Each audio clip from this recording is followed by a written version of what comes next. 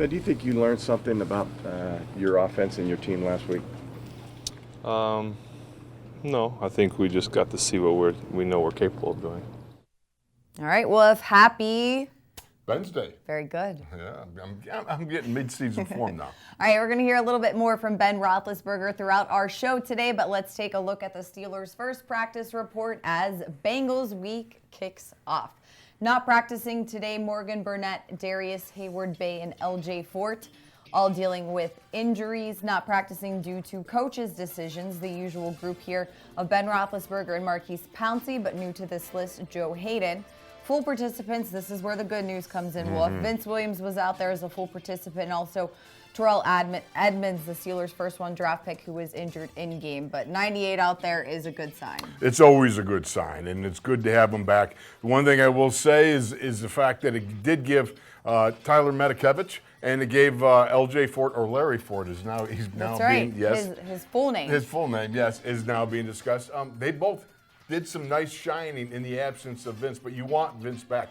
And I can tell you, this guy missed his first game, I think it was in 83 consecutive games. I'm on the sidelines, and let me tell you, the most miserable man on the sidelines was old school Vince Williams. He hated missing it, which is a good thing because I have seen guys who have missed a game who weren't really miffed that they were missing a game. But old school was definitely miserable all day long. All right. As we said, Steelers and Bengals, we know that this can get a little chippy at times. Recent history tells us so. Here's quarterback Ben Roethlisberger talking about that earlier today. You know what? It's AFC North football. You know, it's one of those games that can get chippy at times. You hope it doesn't. You hope it's just a good, hard-fought football game, but sometimes it gets a little chippy. So we'll just do our best to put all the past behind us and go play it like it's a normal football game. All right, and the last time, this is not video from the last time, but I think everybody remembers when this took place. The last game the Steelers and Bengals faced in Cincinnati, 20 combined penalties, for 239 yards. It's not really what you want. No, that's not what you want. It is AFC North. It is a little bit chippy. It's one of those things that really colors a game and makes it wonderful to participate in. But what you got to be careful of and know is pre-snap, you always want to be aware of where those guys are that say, double nickel that just got laid out there that we saw. You want to always be aware of where they are and make sure you run to the ball to protect your guys and be part of the answer, which is making sure that none of your guys get lit up.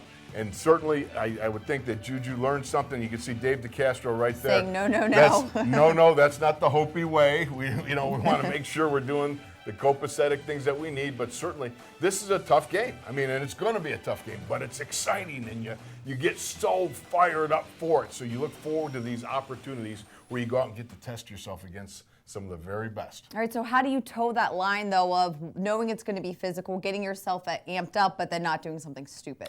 Well, you got to make sure you control your emotions. Your emotions, you can't let them get out of control where you start to do what we saw Juju standing over a guy. What he did with the hit was great. I mean, that was a perfectly clean hit. I know that a lot of people say, no, they got this and that. But that was in the line of fire. I mean, he was coming right at him, and aside from getting a doorbell and ringing it and something and introducing yourself, I don't know what else you can do to make a guy aware your presence is there. But the thing you don't do is increase the taunting and those sorts of things. That's part of what you can't do. And what you saw was Dave DeCastro run into the pile, making sure, hey, look, we want to make sure that we don't let this get out of hand. And he's doing what a veteran does. Let me get my guy out of here. And on the other hand, too, you get there to make sure that none of your guys are being taken advantage of. Offensive linemen, they're the coolers out on the field. They take care of their own. All right. We have to say congratulations to outside linebacker TJ Watt, who for the second time this season was named the AFC Defensive Player of the Week. 3 sacks in Cleveland, 3 sacks against the Falcons. What do you like about what he's putting together, even though there were some games where there were no sacks? No question about what he's done here, and the fact is he's increasing his range of moves. He's got a nice chop. He's got some leverage where he'll come under and up, and he just beat Schrader a couple of times just on speed alone.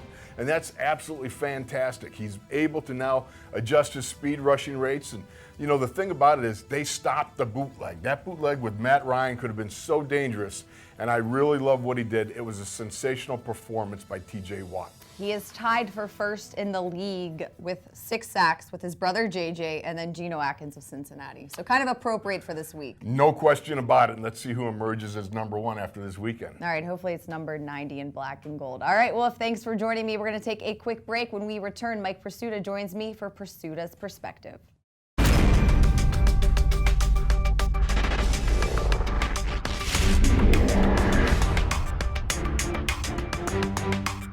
It's just learning, learning protections and everything. The football skill set is there. It's just, polishing it up with, being in the right spots and the passing game and everything. So just stuff that comes with over time.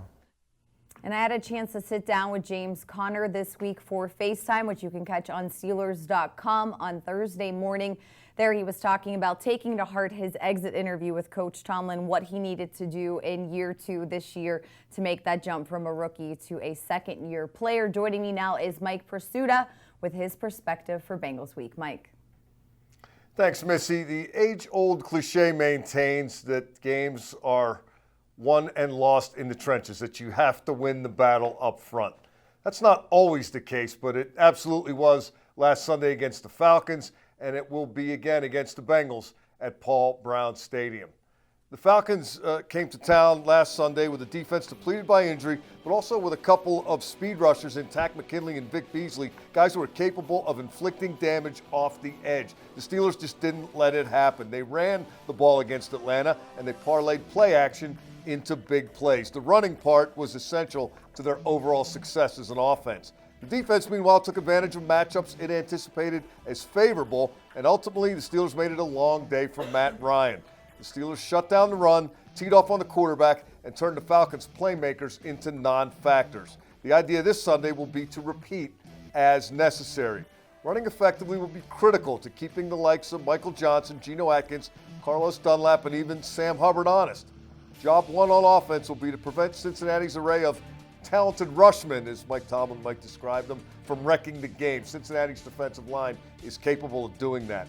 And while no one has said it yet, favorable matchups against the Cincinnati offensive line are once again beckoning, especially at right guard and right tackle. If you see T.J. Watt salivating this week, that would be a likely reason why. If the Bengals' running game gets stuffed and if Andy Dalton gets sacked repeatedly, it might not ultimately matter whether Joe Hayden travels with A.J. Green. It'll also be less critical that Ben Roethlisberger and Antonio Brown do for 4 quarters against the Bengals what they did for 2 against the Falcons, that the Steelers' special teams make the impact plays they made against Atlanta, and that penalties are kept to a relative minimum again.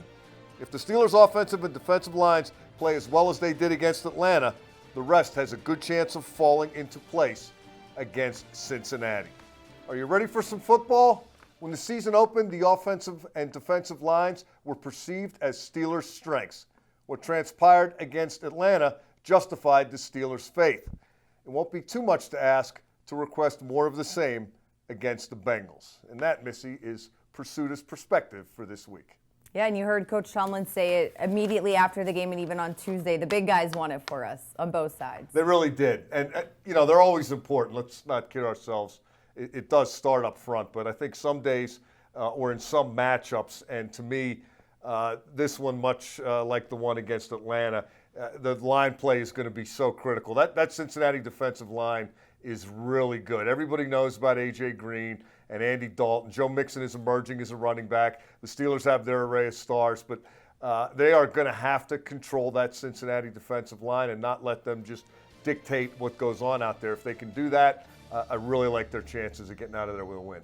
Especially coming off a game like they put with on tape against the Falcons for the Steelers O-line for Ben, but for James Conner, you saw flashes week 1. We thought, okay, this is it. And then those next few weeks, the run game wasn't exactly what they wanted to be. Yes, they were playing behind. There was a number of reasons, but they really ran the ball when they wanted to on Sunday. So Ben Roethlisberger was asked today what he would do if and when Le'Veon Bell returns with Le'Veon Bell and James Conner in the backfield. Well, I think keeping guys fresh, I think that's important. You don't want to wear one guy down. You saw last week, James would go for a while and then Ridley would come in and get some blows. And I think that would be important when Le'Veon does come back, that both those guys stay really fresh when they're on the field. All right, so you can be head coach, Mike Prisuta. I can be head coach? Well, for right now, you can play one on Steelers Live. What are you going to do if you have 26 and 30. I'm going to coach the guys who are here. That's all speculation. Come on. You know what? In all seriousness, Le'Veon Bell is not here yet, and nobody has any idea what kind of shape he is in. Now, if you want to assume for the moment that he is going to get here before the game on October the 28th against Cleveland, and you want to assume he is in great shape, that he would be ready to contribute should the Steelers ask him to, then absolutely you use them both. I think Le'Veon Bell, as the Le'Veon Bell that we remember, is a phenomenal football player, but you cannot disregard what James Conner has done in the springtime, in training camp, and particularly this season. Missi, I think he's been every bit as impressive in the passing game in terms of making himself available for Ben Roethlisberger, for picking up blocking assignments, and for catching the ball and turning little ones into relatively big ones. Look at this play here. This was, I think, 29 yards. That was about 27 yards run after the catch. That's a splash play in the passing game. So it'll be a good problem to have. Do I sound like a coach?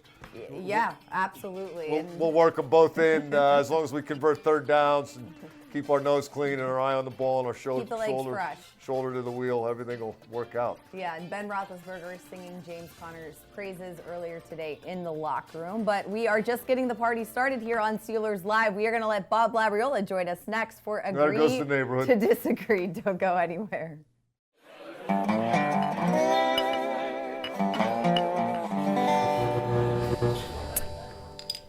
Don't worry, the bye week is not here yet, so that means one more edition of Agree to Disagree, the show with the motto. I'm right. He's still wrong. Way wrong. All right, you guys are a little off today. And as I reminded my 3-year-old today, I'm losing my voice. Don't make me use it.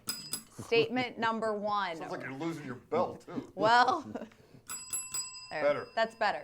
Relax. Atlanta is not that good. Prisuta, you can go first. No, I disagree. Atlanta, offensively at least, is as good as the Steelers are going to see. Yeah, the Falcons have profound problems on defense, and showing up without 3 starters and 3 of the Falcons' best players, and then not having a 4th guy who falls into that category, defensive tackle Grady Jarrett. That opened the door to some points being scored, but I was exceptionally impressed by the job that Joe Hayden did on Julio Jones, the job that the defensive line did making Matt Ryan's life miserable, the job that the Steelers did covering all the bases despite having a little bit of a depleted lineup themselves due to injury. It took more than one guy to replace Vince Williams.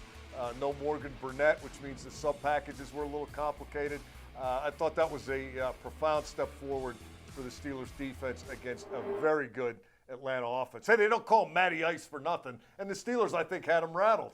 All right, Labs, what do you say? Okay, I agree with the statement. I disagree with Mike. Atlanta was picked as a Super Bowl representative out of the NFC in the preseason, and clearly they are not that good. A lot of golf left. All of that high praise you were giving the Atlanta offense, clearly you have not spent enough time with Tunch and Wolf, because they will tell you that the Falcons' offensive line, to quote Charles Barkley, is terrible. It's terrible. And that's why part of the reason why the Steelers really had their way with Matt Ryan in the pass rush, and once you got him off his spot, really that kind of neutralizes a lot of the things he likes to do down the field with all of those receivers that you were at least correct about in terms of how good they are. So, yeah, it was a good performance. It was a necessary performance by the Steelers, but they didn't beat a Super Bowl caliber team. All right. Statement number 2, match up with Joe Hayden every week. Labs, you're first. I'm going to agree. The Steelers have been trying to draft, trying to sign, a lot of different ways of trying to acquire a number 1 cornerback. And last year, right before the preseason ended, one fell in their laps when the Cleveland Browns unexpectedly cut Joe Hayden. Now, last year, he didn't have the benefit of a training camp or an off-season program. They were trying to work him in on the fly. I get it.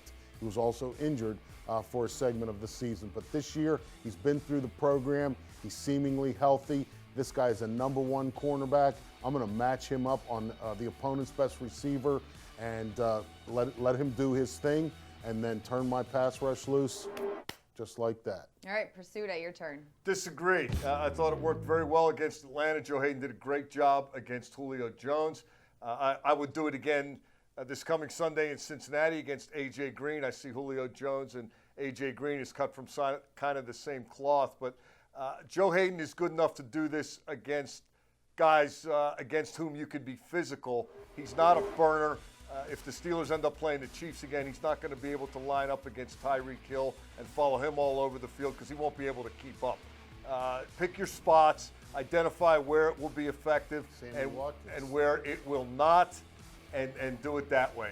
Against A.J. Green, by all means, every week, no matter what stadium you happen to be in, that's Kansas that's City not has more gonna than work. one receiver. All right. Sammy Watkins.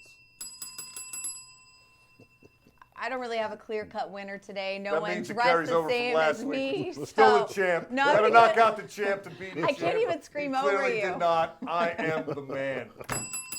I'm going to give it to Labs just because he was very feisty last week, and no one wants to see a mean Labs. The good news is next week is the bye week, so no agree to disagree. We'll So you're keep basing this on what happens after agree to disagree, not what happened during agree to disagree. Just because I'm a nice enough guy to take it when I lose, which I didn't.